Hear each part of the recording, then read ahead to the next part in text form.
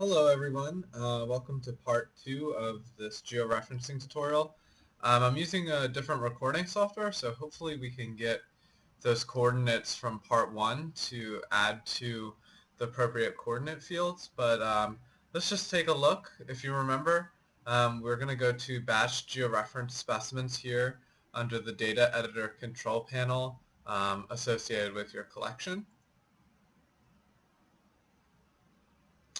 And here we have that query form where we can select what country, state, municipality, etc. that we have in order to find localities that need to be georeferenced.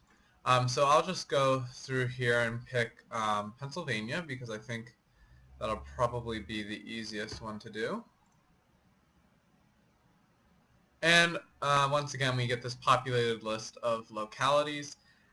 We can select a locality to georeference. Here we see that we have 3 at Fairmount Park, which I know is in Philadelphia. I'll open up GeoLocate, which now opens in this new window.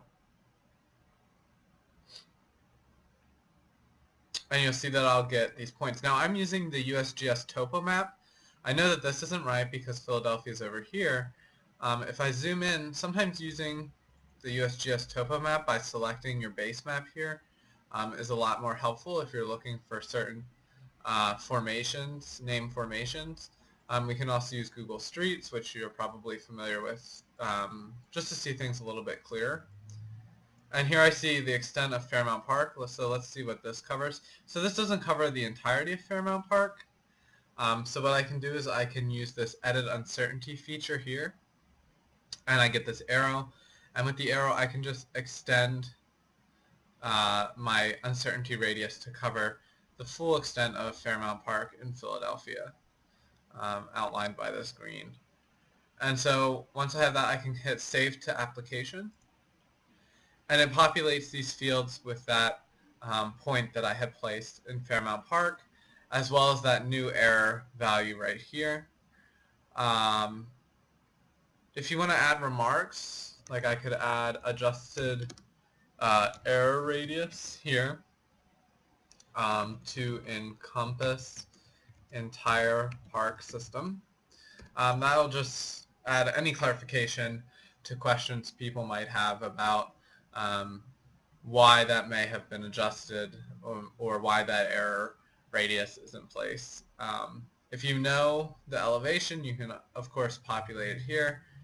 You can change the processing status, and then my signature will be here as the user who georeferenced it.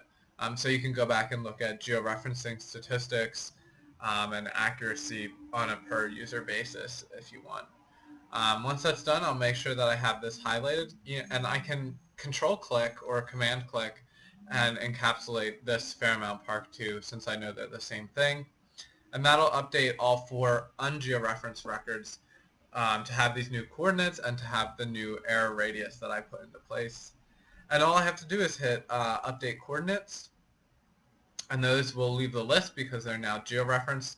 And you can see my percentage here went down for the total records georeferenced, meaning that in fact they were updated in the Symbiota system.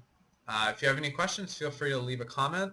I might do another video just to go over something a little bit more advanced, or what to do if you can't find a locality, or more advanced usage of the USGS topo map, so that we can get a better handle on that and some of the challenges associated with tricky and historical georeferencing items.